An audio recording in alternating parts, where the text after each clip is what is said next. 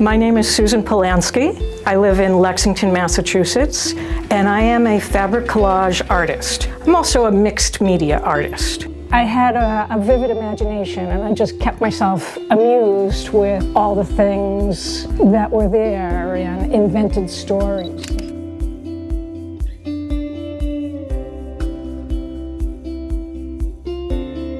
This is my father. This is his army picture. He was in the Battle of the Bulge. He was one of the only survivors from his regiment or group or whatever that came back from the Battle of the Bulge. This is my father and me in the greenhouses. We had 14 acres of greenhouses. We were the largest grower of poinsettias on the East Coast. So even though my parents didn't want me to be an artist, growing up in a place like this that always had color and senses and smells, and I watched the light passing, see how different it was when the greenhouse glass was whitewashed. And that's what started me as an artist. To grow this number of plants, it's very hands-on. So it's very time-consuming. It's very hard work. And because my parents really appreciated natural beauty, just the ethic of hard work, being patient, solving problems. They didn't really hire anybody to do things. They believe that you do it yourself, that you figure out whatever the problems are, and you just work at it until you come up with a solution. So a lot of those things that they were teaching through greenhouses and the hard work of growing these plants, I learned those lessons and I have them towards my art.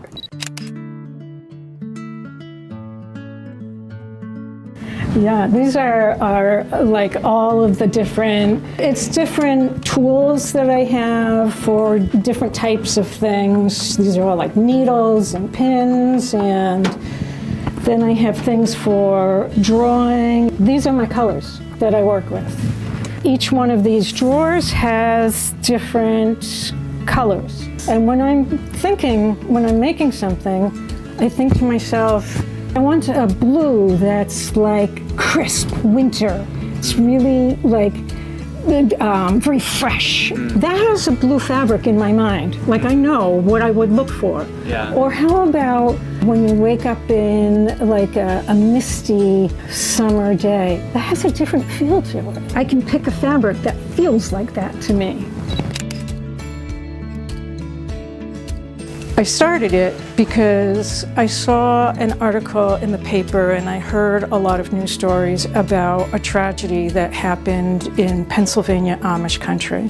They're a social and religious culture that have developed to really be a separate community that doesn't want a lot of modernization. They really believe in sort of plain, simple life can be closer to God. They're usually known for a lot of agriculture and farming. They have a very certain way of dress and looking that makes them stand out as different. And tourists will go to Amish country just to see this sort of natural life and the costumes and everything. So very often what you'll see people and women in sort of old-fashioned kind of dresses with very plain, maybe intense colors, but very plain, no patterns. They have bonnets on their head, and the men have the straw hat. There's a lot of like horses and horse and buggies, and sometimes they'll have bicycles, but no cars or anything. So anyway, I saw this article in the paper about an Amish community in Pennsylvania that had a one-room schoolhouse that a tragedy happened there. There was a man who was not Amish who just was delivered milk to the schoolhouses. And he went crazy and he boarded himself up in a one-room schoolhouse with the kids. He shot the kids. I think 5 of them died, and I think there were 7 kids that he shot altogether, and he shot himself. What really amazed me is that the Amish people turned around with forgiveness for him and his family. That really touched me, and the whole story really touched me. So I decided that I wanted to do something about that. I was at a stage in my sort of artistic career that I decided I didn't want to use any paint. I just want to use fabric and thread. I want to see if I can do this whole composition without paint, because paint was cheating at that point.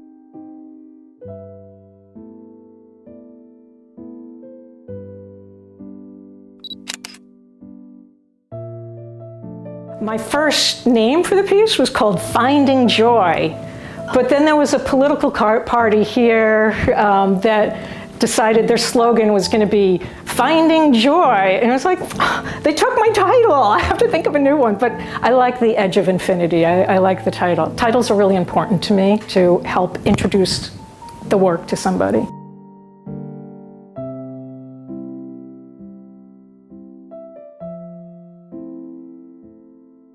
It was a fantastic festival of people hear Day of the Dead and it sounds scary, but with the Mexican attitude there is that death is a part of life. Just try to rejoice in the time that you had with people that have left this world. To think about that rather than the pain and the grief. I mean, we all feel the pain and the grief, but if you can really try to think about the joy and the happiness, I mean, that's a huge gift to experience with anybody in this life, that you could share part of their life.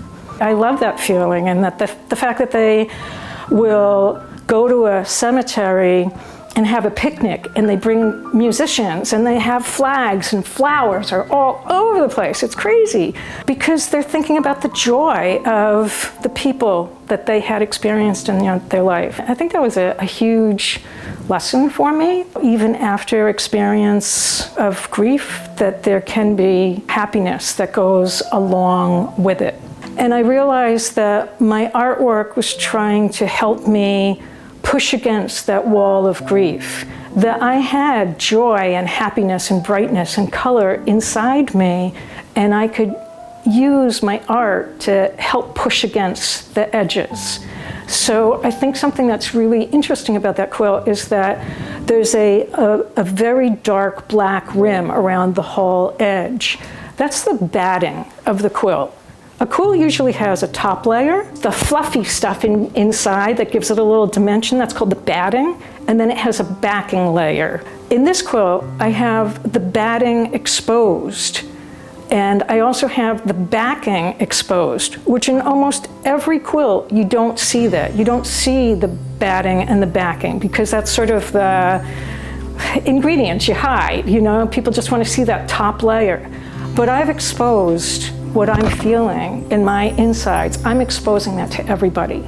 And that's why that black surround is around it. So I thought that was just interesting, and it was a lot of times when I'm working on something, I'm not thinking about it really consciously of why am I doing this. It's coming from some part of me. I don't know exactly why, but then it's clear afterwards. Oh yeah, this is the meaning.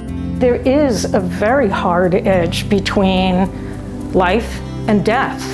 1 minute and then the next. There's a very, very abrupt stop.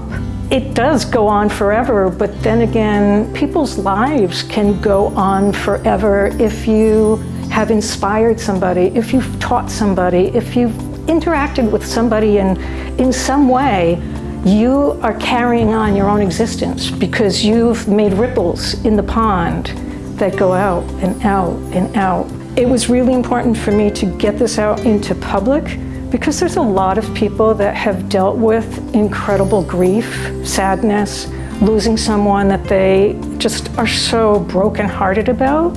If I can show people that I've experienced this and I found a way to find joy afterwards, that maybe that will help somebody.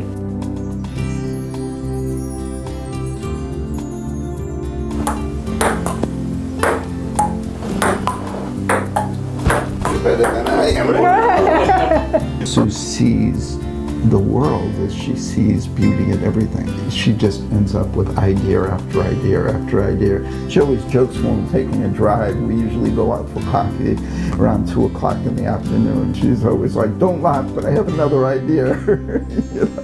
And her ideas are way out there. But then when you see the final product, you go, it's magnificent. And it makes you feel something. She's not a typical artist that, in my opinion, paints things like waves or birch trees and snow or, typical things. She thinks outside the box. True creativity.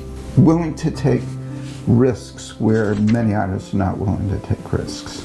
She's willing to take a risk and do something that other people may just not completely understand or even understand at all. But that's the true artist. I have always wanted to do artwork, creative stuff. You know, it was difficult with not having any career training for any of that. I graduated with a biology degree and I didn't really have any career training with that either, but I knew I managed a greenhouse for a while. I didn't know how to be an artist. I didn't know what that meant. It took me a long time to get that and learn what I needed to do.